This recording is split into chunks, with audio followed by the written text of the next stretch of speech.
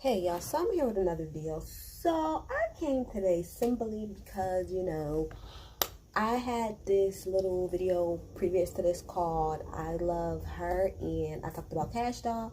I just pretty much stood for Cash Doll about why I stand for her. And this one is called I Love Him, and that is Bryan-Michael fucking Cox. I need y'all to understand how impactful, how y'all don't understand. If this man wasn't a thing, the soundtracks of our lives would not even exist. It thoroughly would not exist. And I have always, I'm going to tell you when it is that I started standing. And mind you, I'm a little bit on the younger side. So granted, I know that he had a long, illustrious career before this. But this is when I started to get into who he was and his catalog. And then I followed him. Making the Band. If you watch my channel, you know that I go up for the Making the Band franchise, aka Danity Kane, aka Day 26. I did a whole album review on Day 26, the first album, if you go back in my videos. And I just recently did a another Danity Kane, Welcome to the Dollhouse. Bryan-Michael Cox was part of both of those projects, and it was during that time that I learned and I seen the way that he worked. I seen the way that he wrote the songs, the way he produced, and it got me into his gig. And then as time goes on, Bryan-Michael Cox is one of the very few writers that you actually will see in a video. If y'all don't know who he is, don't worry. What I'm gonna be throughout this video, I'm going to be putting in little clips of videos, that he has, of songs that he's worked on. So don't worry about it, y'all see him. But point of the matter is, we have to put respect on him. We have to. So I'm here to pretty much just give him his flowers because he fucking deserves. Okay, so let's just let y'all know. Okay, Bryan-Michael Cox has been, he has contributed, meaning he has wrote or produced 35, count it, 35 number fucking one singles. Okay, and pause for a second. Some of them singles are, a little bit recently, but I want y'all to understand that during the time where he was really hitting, and even though he's kind of hitting now, point of the matter is, I'm sorry, y'all, point of the matter is that when he was like really at his peak, it was before the internet. It was before the bundling and, oh, we can sell this. No. 35, count them, number one hits, bitch, okay? 12 Grammy nominations, 9 fucking wins, okay? That's an amazing fucking ratio. What? Matter of fact, what? What's that? That's a 75% ratio. If you was in basketball, you'd be the shit, okay? And $100 million in album sales. Oh my gosh, he's just so iconic. Like, the reason I don't understand why he's not like a billionaire. I don't get it. That just shows how, granted, this man is worth a lot of money and he is comfortable, but it just shows the extraction and then the valuing of black art. But that's a whole nother conversation for another day.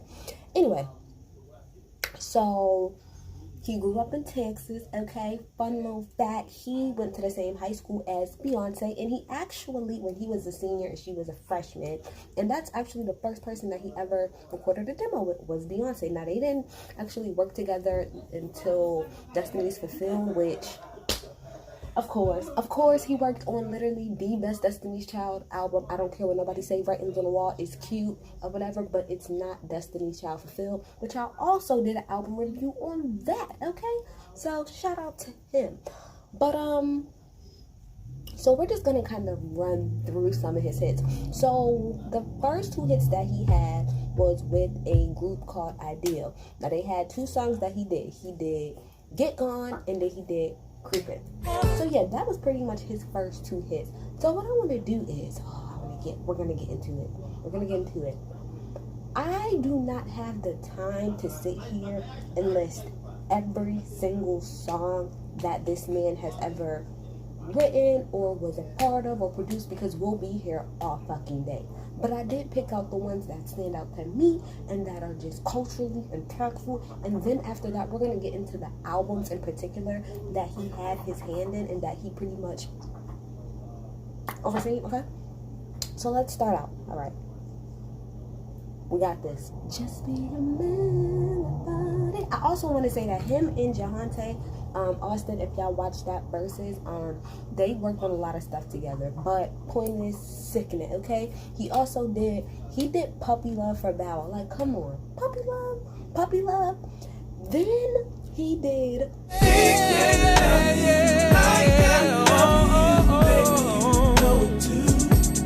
You should never want to be with the man if he can't be a man and do the things to you like I can.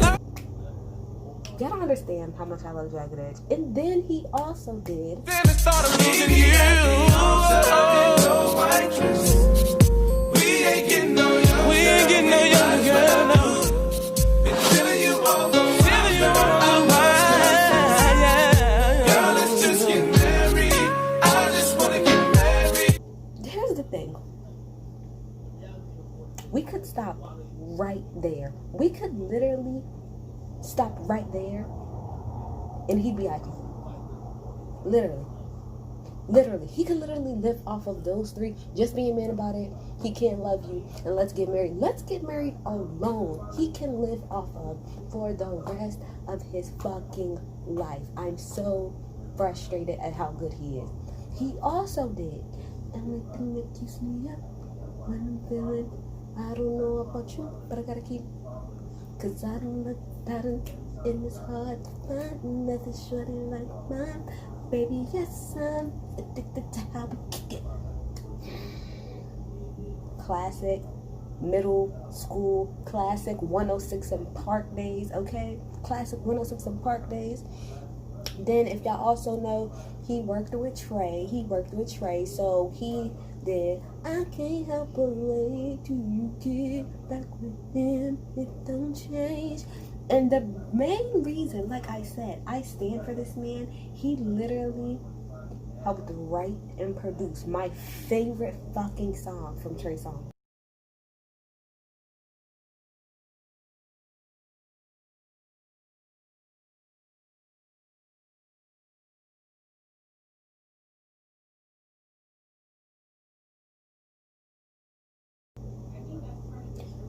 Ooh, cause if she catch me with you, she will kill these hotel rooms. It's looking too familiar.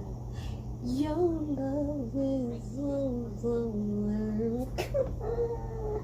I'll be with everything from you. I'll be what you're thinking of my boo. Do you hear me? Iconic.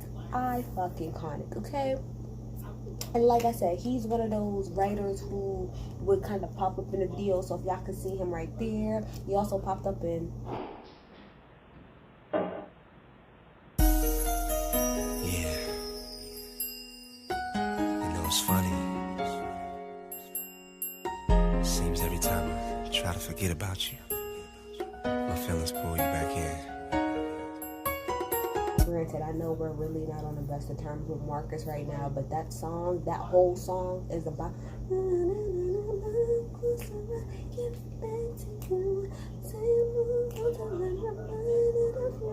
Okay, then he worked with Auntie Mary. Hey baby, we've been too strong for too long, and I can't be without you, baby.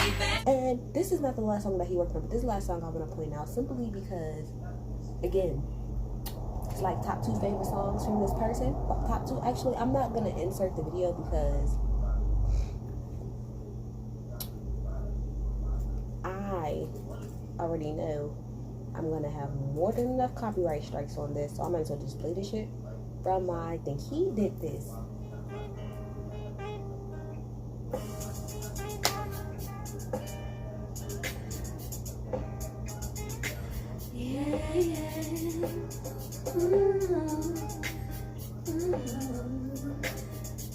We're gonna do it like verses. It's gonna be like a couple seconds. I just touched down. Like 102. I know it's late. I'm calling you. If I can't come see you. Yeah, I come see you. Oh, pause. So wait a second. Seeing how you know what? He might technically have a double entendre as far as a credit, because if he worked on that, then that means that he inspired this. Can I stop by to see you tonight? Can I stop by to see you? Both on fire. Period. The impact, okay? Woo. But then let's move on to the albums that he was part of. Now the albums, I'm gonna put up the artwork for them over here if I can. So he was definitely a contributor to. Do I have to say any more? Child, this album is everything. Don't care what anybody got to say about B2K. I understand, but the album, take away all of that, bitch. Do y'all know understanding? Let me. I don't think y'all know understanding.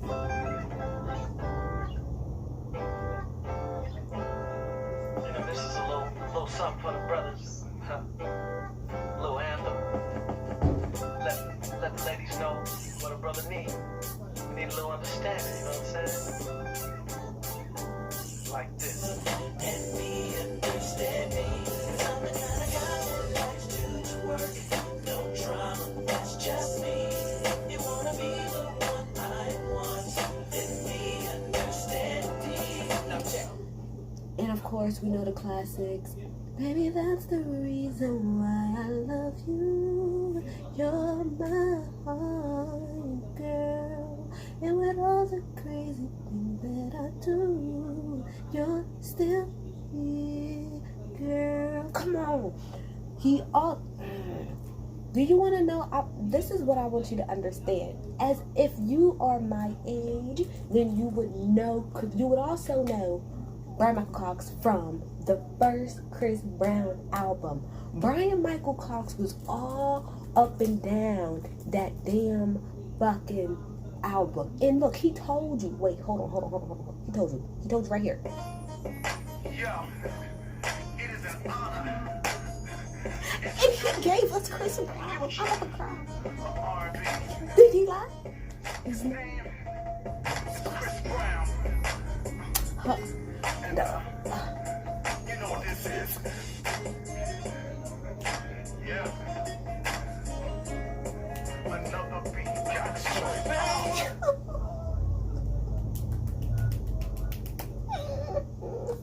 I love him so much. Oh my gosh, he is so amazing. He was up and down that whole fucking album, and everybody knows that the Chris Brown's first album from top to bottom is damn near a non-skip, and it's so pivotal. And not just Chris Brown, it's pivotal in pop, R&B. It's just a little bit too much. And the fact that he said he gave us Chris Brown, y'all, like he helped give us Chris Brown.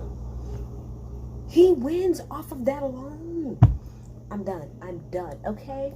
He also gave us Ready. Like I said, I just told y'all, I just played last time, whatever. But he was a part of Ready. Do y'all not understand y'all don't get it. I'm tired of y'all not getting the impact of these fucking things. Let me tell y'all, for y'all who don't know, who might be a little bit too young to remember, Ready was the album that pretty much solidified Trey Songz like sex, pretty much like, you know, symbol status or whatever. Previous to Ready, he was more, you know, I don't want to say traditional R&B, but his music, the substance of his music wasn't as sex based. It was much so, you know, regular traditional R&B.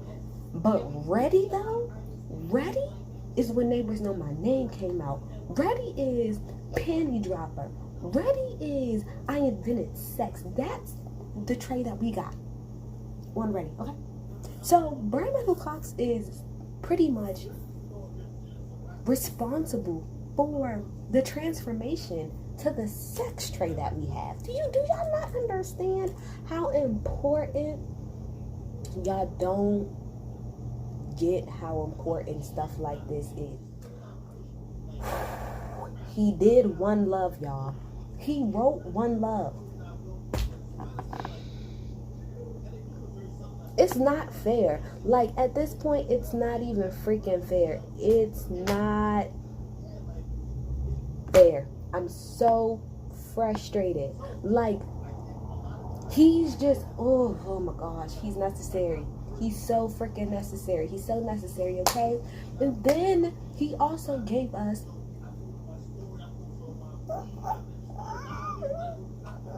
I just want to hold it. I just want to hold this album so much.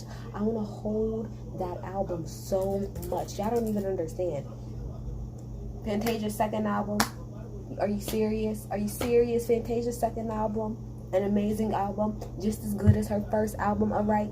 And then let's just get into, like I said, I told y'all he did the Day 26 album. Told y'all he did the Danity Kane. But these two iconic albums, let me sit in the middle, see if I can do it this way. These two albums right here is why I believe that this man deserves to be a billionaire. And I don't care how exaggerated, I don't care. The Emancipation of Mimi and Confessions. I'm really on the verge of tears right now because those albums are so pivotal to, I'm gonna speak for me, from my childhood personally. Those albums are just, they're so pivotal, but I know for a fact it's not just me. Music-wise, both of those albums are just, they're so impactful. They're so impactful that it's amazing that a person could have been part of all that. That's why I always say put respect on Jermaine Dupri's name, because Jermaine Dupri was also part of both of those legendary, iconic-ass albums. Emancipation of Mimi, as everybody knows, was Mariah's comeback album. The album that she came back on and she was pretty much killing shit with, because she was having a hard time before with Glitter and all of that. And that album bops to this fucking day. Bitch, we belong together on that. Bitch, don't forget about us. Do I really have to sit circles is in that? Do I have to keep going? And then Confessions.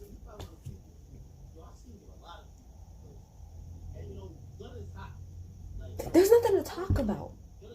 All I have to say is Confessions. Specifically Burn.